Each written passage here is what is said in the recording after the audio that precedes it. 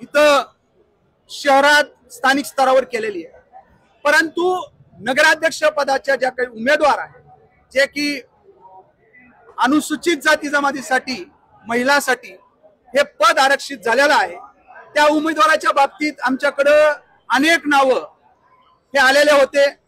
ते आलेले नावं त्या ठिकाणी प्रदेश स्तरावर पक्षश्रेष्ठीकडे पाठवण्यात आले आणि त्या सर्व नावांची चाचपणी ही प्रदेश स्तरावरून पक्षश्रेष्ठीकडून केली गेली आणि त्यानंतर त्याच्यामध्ये तसे सर्वच नाव हे सक्षम होते, परंतु त्यातल्या त्यात एक चांगलं नाव सौ पारवे याच्यामधून निवडलं गेलं आणि त्याचीच घोषणा, त्याचाच सूचना, त्याच्या बाबतीतलं आदेश हे राज्याचे उपमुख्यमंत्री अजितदादा पवार साहेब यांनी भ्रमणध्वनी मोबाईल वरून त्या ठिकाणी आम्हाला दिले। पॅनल जसा एक नवा मॉडेल आहे तशाच पद्धतीने विकासाचं बीडला मॉडेल मिळणार आहे का?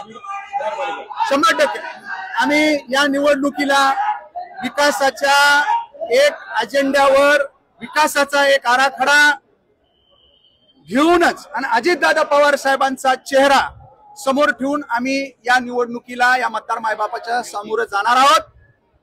बीडकरांना मी शेवटी एवढंच आश्वस्त करील आमच्या सगळ्यांच्या वतीनं की आपल्याला बीडचे पालकमंत्री आणि पुण्याचे पालकमंत्री दादा आहेत, पालकत्व त्यांच्याकडे आहे। बीडला दुसरी बारामती म्हणून आपल्याला पाहायचं असेल तर निश्चितपणानं या राष्ट्रवादी काँग्रेस पार्टीच्या या परिपूर्ण अशा पॅनलला आपण आशीर्वाद द्या। तुमच्यासोबत कोण कोण असणार आहे? युतीमध्ये कोण कोण असणार?